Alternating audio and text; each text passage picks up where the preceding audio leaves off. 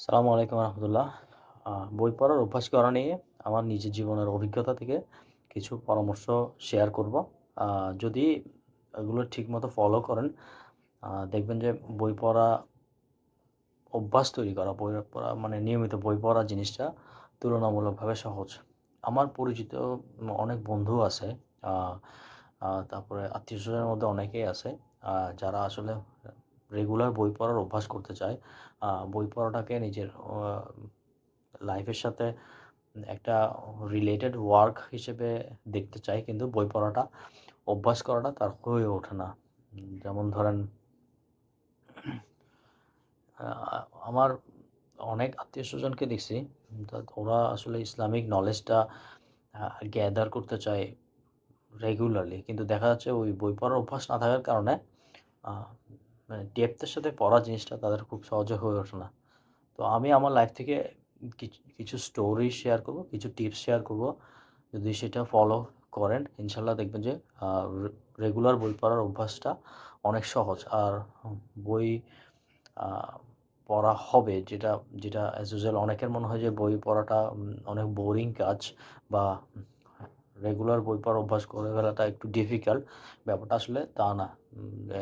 বই পড়াটা আনন্দের সাথে জুড়ায় নিতে পারলে বই পড়াটা সহজ। যেমন আমি আমার লাইফ স্টোরি থেকে বলি। ১ম এ বই সিলেক্ট করতে হবে ওই বইগুলা যেটা তুলনামূলকভাবে উম সহজ, আর যেটা তুলনামূলকভাবে নিজের কিউরিওসিটির সাথে যায়। ধরেন আপনার পছন্দ ইসলামিক বই, অথবা আপনার পছন্দ গল্পের বই, অথবা আপনার পছন্দ সায়েন্সের বই, সায়েন্স রিলেটেড বুক, অথবা আপনার সায়েন্স ফিকশন পছন্দ, অথবা গোয়েন্দা বই পছন্দ। মানে যেকোনো টপিক আগে থেকে নিজের চিন্তা করতে হবে যে আমার কোন বিষয়টা পছন্দ, কোন ধরনের টপিকটা পছন্দ, কোন বিষয় নিয়ে আমার জানার জন্য তীব্র আগ্রহ আছে। তখন দেখবেন বই পড়াটা উম তুলনামূলক সহজ। বই পড়ার অভ্যাস করাটা তুলনামূলক সহজ। যেমন এইটাই হচ্ছে ১ম আ সূত্র, যে uh select the topic you love. আপনার ওইটাই সিলেক্ট করতে হবে। ওই টপিকটাই সিলেক্ট করতে হবে যেটা আপনি ভালোবাসেন। আমার বই পড়ার অভ্যাস হওয়া নিয়ে আমি একটা উম স্টোরি বলি। ব্যাপারটা হচ্ছে যে স্কুল লাইফে আ আমার বাড়তি বই পড়ার সুযোগটা খুবই কম ছিল। যেমন আমাদের ফ্যামিলি থেকে আ বই পড়ার বিষয়ে খুব বেশি এনকারেজ করা হয় নাই। আ আ খুব অনেক কারণে মানে একাডেমিক বইয়ের পাশাপাশি অন্য বই পড়াটাকে আমাদের ফ্যামিলিতে এখনো খুব বেশি ভালো দৃষ্টিতে দেখা হয় না। তারা এটাকে ওয়েস্ট অফ টাইম মনে করে। কিন্তু বই পড়ার অভ্যাস তৈরি করার জন্য ওই পরিবেশটা খুবই জরুরি। যদি বাই চান্স না থাকে তখন কি করতে হবে? যেমন ধরেন, আমি স্কুল লাইফে টুকটাক ৩ গোয়েন্দা পড়তাম। অত বেশি পড়ার সুযোগটা ছিল না, যেহেতু আমার বই কিনার মতো আ আমার হাতে টাকা আসতো না, তার কারণ আমি তখন ছাত্র। আহ তো আমাকে একজন একটা জন্মদিনে একটা ৩ গোয়েন্দার গিফট দিছিল। বইটার নাম ছিল মনে হয় 'আরেক ফ্রাঙ্কেনস্টাইন'। ওই বইটা পড়ে আমি খুব মজা পাইছিলাম। তো এরকম আ টুকটাক বই উম আগ্রহ তৈরি করে। এই ধরনের টুকটাক বই দিয়ে আসলে বই পড়া শুরু করতে হয়। কিন্তু আমি সিরিয়াসলি বই পড়া শুরু করতে পারছি কলেজ লাইফের পরে, যখন আমি টিউশনের টাকা দিয়ে, নিজের টাকা দিয়ে বই কিনতে শুরু করছি। তো ফার্স্ট টাইম আমি যে বইটা কিনছিলাম এটা হচ্ছে রাসূলুল্লাহ সাল্লাল্লাহু আলাইহি ওয়াসাল্লামের জীবনী। বইটার নাম হচ্ছে 'বিশ্বনবী গোলাম মোস্তফা'। তো বইটা আ এই অতটা অথেন্টিক না। তবে ওই বইটা উম পড়ে আমি অনেক আনন্দ পাইছি, অনেক কিছু শিখতে পারছি, এবং বইটাতে ভুল ত্রুটিও আছে। কিন্তু এই যে ইসলামের নলেজটা মানে জানার জন্য যথেষ্ট পড়াশোনা করতে হয়। ওইটা আ আমি ১ম এ যে বইটা পড়ছি এটা অথেন্টিক ছিল না। আমি জানতাম না। কিন্তু এখন এই বয়সে এসে আমি মা যে ইসলামের নলেজের মধ্যে যে অথেন্টিসিটির বিষয় আছে, কোনটা সঠিক কোনটা ভুল, এই ধরনের যাচাই বাছাইয়ের ব্যাপার আছে। এই জিনিসটা জাজ করতে পারার মূল কারণ হচ্ছে আমি পড়া শুরু করছি কিন্তু বন্ধ করি নাই। অর্থাৎ আমি বই জো নিজের টাকা দিয়ে বই কিনতাম, পড়তাম, পড়তাম। আমি ওই রাসূলুল্লাহ সাল্লাল্লাহু আলাইহি ওয়াসাল্লামের জীবনী পড়ার কারণ হচ্ছে আমি রাসূলুল্লাহ সাল্লাল্লাহু আলাইহি ওয়াসাল্লামকে পৃথিবীর সবচেয়ে বেশি ভালোবাসি। তো উনার জীবনী সম্পর্কে জানার আমার তীব্র আগ্রহ। তো কলেজ লাইফের পরে যখন সবাই ভার্সিটি ভর্তি নিয়ে খুব বেশি পড়াশোনা করতে যায়, ভার্সিটি ভর্তি নিয়ে কিউরিয়াস, তখন আমি রাসূলুল্লাহ সাল্লাল্লাহু আলাইহি ওয়াসাল্লামের জীবনী পড়তেছিলাম এবং ওটা আমার কাছে ভার্সিটিতে ভর্তি হওয়ার চেয়ে বেশি ইম্পোর্টেন্ট মনে হয়েছিল। এটা একেকজন মানুষের একেক রকম ফিলোসফি। তো এরপরে আমি যে বইটা পড়ছি সেটা হচ্ছে ইসলামিক ফাউন্ডেশনের একটা ছোট পকেট কোরান আছে, কোরানের অনুবাদ। এটা মনে হয় ৳১৫০ দাম। ইসলামিক ফাউন্ডেশনের পকেট কোরানের অনুবাদ। এতটুকু ছোট। ওটাই হচ্ছে যে আমার সিরিয়াসলি বই পড়া শুরু। যে ওর পর থেকে আমি কোরান ট্রান্সলেশনটা অনেক সময় নিয়ে পড়ছি। প্রায় একটা ছোট ট্রান্সলেশন পড়তে আমি প্রায় ১ বছর সময় লাগাইছি। কারণ আমি বুঝে, বুঝে পড়ার চেষ্টা করছি। একদম লাইন বাই লাইন বোঝার চেষ্টা করছি। এরপর আস্তে, আস্তে আমি উম উম আরো ডিফারেন্ট কাইন্ড অফ টপিকে গেছি। রাসূলুল্লাহ সাল্লাল্লাহু আলাইহি ওয়াসাল্লামের জীবনী আর রাহিকুল মাকতুম বইটা কিন্তু আমি পরে পড়ছিলাম। এরপরে ইসলামিক আকিদা খন্দকার আব্দুল্লাহ জাহাঙ্গীরের ইসলামিক আকিদা বইটা পড়ছিলাম। তো এভাবে আসলে নিজের কিউরিওসিটির সাথে যাই, এ ধরনের বই দিয়ে আসলে শুরু করতে হয়। মানে মানে বইটা পড়তে হবে কি, যে আপনার যে বিষয়টা ভালো লাগে, আপনার যে সাবজেক্ট নিয়ে প্রচণ্ড আগ্রহ আছে, ওই বিষয়টা নিয়ে পড়ার চেষ্টা করতে হবে। এরপরে দেখেন, এরপর আমি সাহাবাদের জীবনে পড়ছি। সব সাহাবাদের জীবনে না পড়লেও যেসব সাহাবাদের জীবনের প্রতি আমার কিউরিওসিটি বেশি, ওনাদের জীবনী পড়ছি বড়, বড়। রাসূলুল্লাহ সাল্লাল্লাহু আলাইহি ওয়াসাল্লামের জীবনী পড়ছি। আ এখন আ আমি একটা স্টোরি বলি, যে বই পড়ার অভ্যাস করা নিয়ে। লিমিটলেস নামে একটা বই আছে। এটা নিয়ে আমি একটা ভিডিও তৈরি করছিলাম। তো লিমিটলেস বইয়ে জিম কুইক তার চোখে দেখা একটা ঘটনা বলছে যে, এক মেয়ের মায়ের ক্যান্সার হইছে। ওই ক্যান্সার কিউর করার জন্য সে স্পিড রিডিং সম্পর্কে ১ম এ জিম কিউক থেকে নলেজ গ্যাদার করছে। এরপরে সে ৫০ টারও বেশি বই, খুব দ্রুত ৫০ টারও বেশি বই ক্যান্সার নিয়ে পড়ছে। যে ক্যান্সার কিউর করা যায় কিভাবে?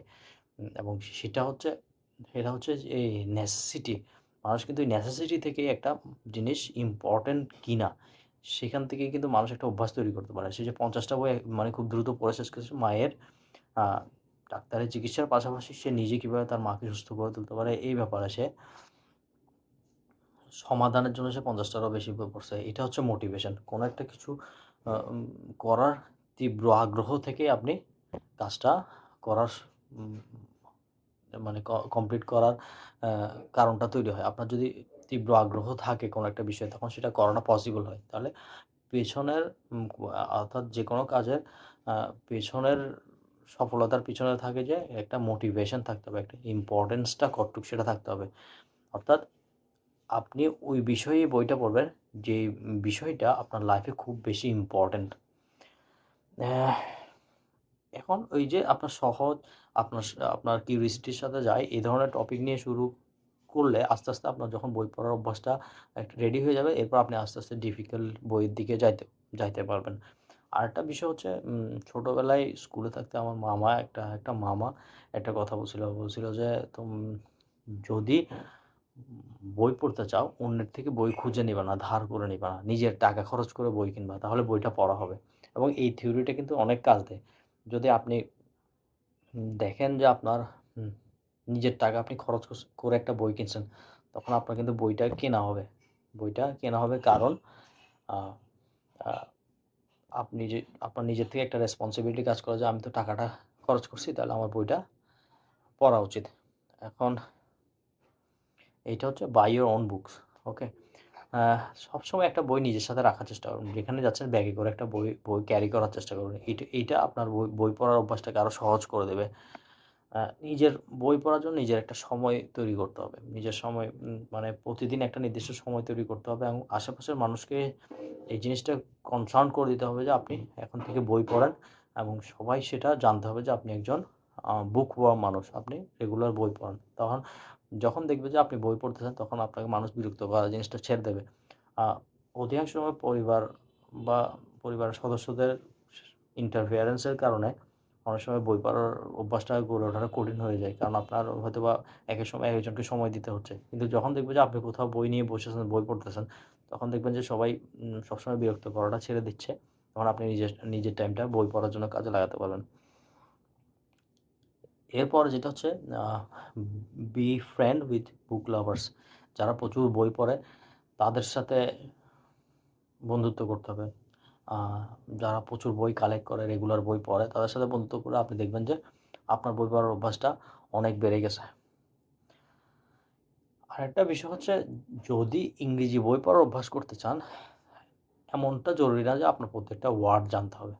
ইংরেজি বই পড়া পড়ে বোঝার জন্য প্রতিটা ওয়ার্ড জানা জরুরি নয়। ইংরেজি বই পড়ে আ বোঝার জন্য সবচেয়ে বেশি জরুরি গেস করে পড়া। আপনি সহজ টপিক নিয়ে শুরু করেন, আপনার পছন্দনীয় টপিক নিয়ে শুরু করেন, পড়তে থাকেন এবং পড়ার সাথে, সাথে এটা অনুমান করার চেষ্টা করেন যে এটার মিনিংটা কী হইতে পারে।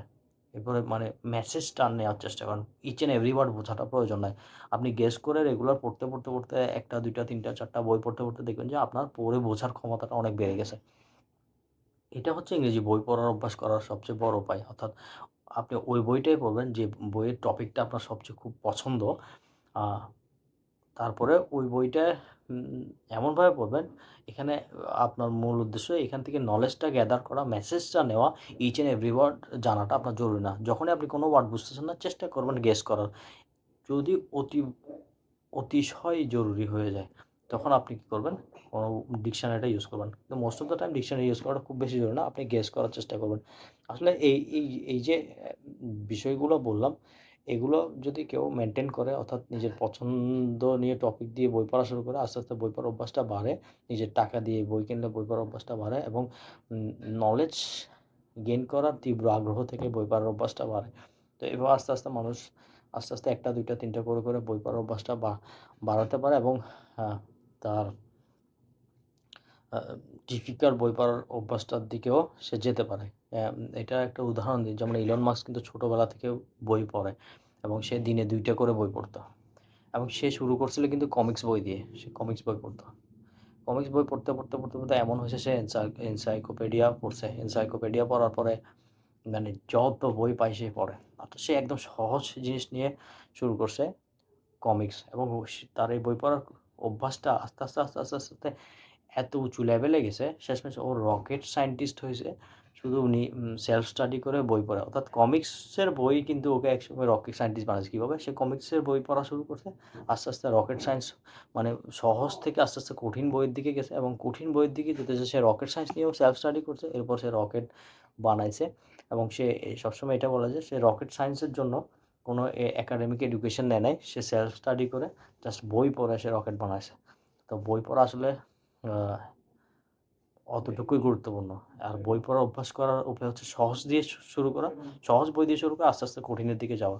যেমন ওয়ারেন বাফেট সে নিজে বলে তার বিলিনিয়ার হওয়ার পিছনের সবচেয়ে বড় কারণ সে প্রচুর বই পড়তো এবং বইগুলো পড়তো সব money related, how to earn money, how to uh self help type book পড়ে কিন্তু সে বিলিয়নিয়ার হইছে এবং তার জীবনের সবচেয়ে বড় লাইফ চেঞ্জিং বুকের নাম হচ্ছে 'দ্য ইন্টেলিজেন্ট ইনভেস্টর'। এটা বেঞ্জামিন গ্রাহামের লেখা। সে বইটা পড়ার পরে আবার বেঞ্জামিন গ্রাহামের কাছেও গেছিল যে বইটা আরও ডিটেইলসে জানার জন্য এবং ব্যবসায় সফলতা আ শেয়ার বিজনেসের সফলতা আরও কিভাবে পাওয়া যায় সেটার জন্য। এভাবে সে কিন্তু সফল হইছে। আরেকটা বিলিয়নিয়ারের এক্সাম্পল দিই জেকে রাউলিং। তো লিখে, সে বই লিখে, হ্যারি পটার বইটা লিখার পর বিলিয়নিয়ার হইছে। কিন্তু দেখেন সে বিলিয়নিয়ার হওয়ার আগে হ্যারি পটার বইটা লিখছে এবং হ্যারি পটার বইটা লেখার আগে সে বলছে সে ছোটবেলা থেকে সারাটা জীবন শুধু বই পড়ছে এবং প্রচুর বই পড়ার অভ্যাস তাকে রাইটার বানাইছে এবং সে বলে মানুষ কেন রাইটার হয় না আমি জানি না কিন্তু আমার রাইটিং ছাড়া কিছু ভালো লাগে না এবং রাইটিং ছাড়া কিছু ভালো না লাগার কারণটা কিন্তু তার রাইটিংয়ের অভ্যাসটা ক্রিয়েট হয়েছে কিন্তু প্রচুর বই পড়ার কারণে। তাহলে বই পড়া জিনিসটা এমনই গুরুত্বপূর্ণ যেটা আপনাকে একটা সময় গিয়ে অনেক উঁচুতে নিয়ে যেতে পারে যদি আপনি কনসিস্টেন্টলি বই পড়তে থাকেন বছরের পর বছর এবং আমার কাছে মোস্ট অফ দ্য বিলিয়নিয়ারের লাইফ মনে হয় যারা সেলফ মেড বিলিয়নিয়ার তারা আ বছরের পর বছর বই পড়ছে এবং একটা সময় বইয়ের নলেজটাই তাকে জীবনে অনেক উপরে উঠতে সাহায্য করছে। তো বই পড়ার অভ্যাস গড়ে তোলার আ লাস্ট যে উপায়টা সেটা হচ্ছে বড়, বড় মানুষদের জীবনের দিকে তাকানো। তাদের জীবনে বড় হওয়ার পেছনে হ্যাঁ, খুব কমন একটা সিক্রেট হচ্ছে প্রচুর বই পড়ার অভ্যাস এবং সবাই না না হলেও আমার কাছে মনে হয় 80% মানুষই বড় হইছে শুধুমাত্র বেশি, বেশি বই পড়ার কারণে। আসসালামু আলাইকুম ওয়া রাহমাতুল্লাহ।